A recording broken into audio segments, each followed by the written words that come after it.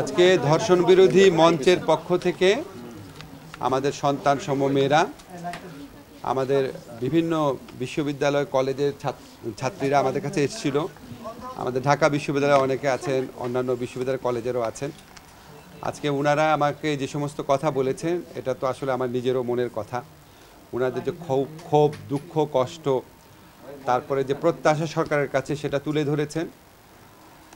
এবং আমি তো অবশ্যই মনে করি প্রতিটা দাবি অত্যন্ত যৌক্তিক, এবং ওর মধ্যে কিছু দাবি ছিল। একটা, ওনারা বলেছেন যে মাগুরায় যে ঘটনাটা ঘটেছে, জঘন্য ঘটনা ঘটেছে, সেটা যেন সর্বোচ্চ দ্রুততার সাথে বিচার নিশ্চিত করা হয়।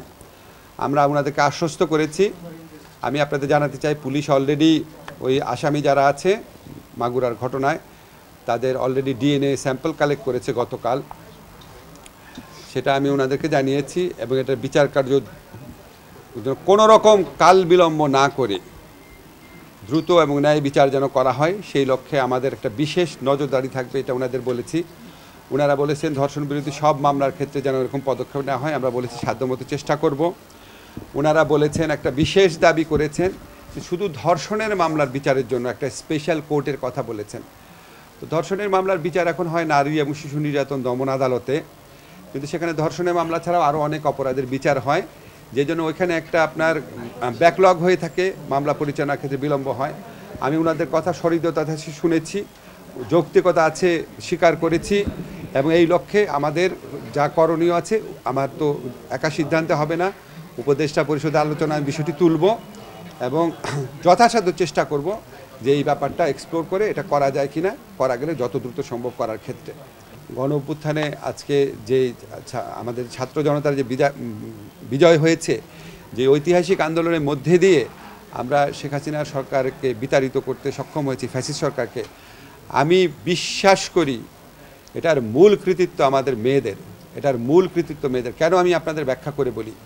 এর আগে শেখ হাসিনা বিরোধী অনেক আন্দোলন হয়েছে বাংলাদেশে, সেই আন্দোলনে মেয়েরা নামে নাই, সেই আন্দোলন সফল হয় নাই।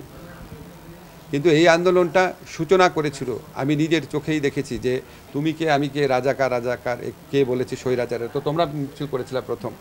এবং যখন একটা মেয়ে যখন নেমে আসে, তখন তার বাবা মা নেমে আসে।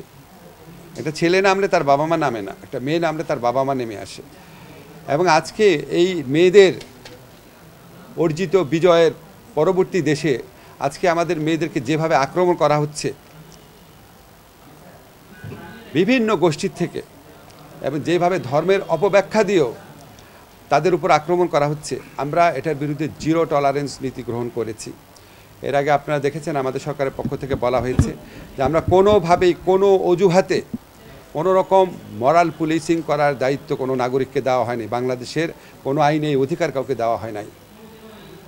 মরাল পুলিশিং যদি কারো করতে হয়, নিজের উপর করেন, নিজেকে জিজ্ঞেস করেন আপনি মিথ্যা কথা বলেন নাকি, আপনি গীবত গান নাকি, আপনি নারীর দিকে খারাপ চোখে তাকান কি না, আপনি ঘুষ খান নাকি, আপনার দুর্নীতি করেন নাকি।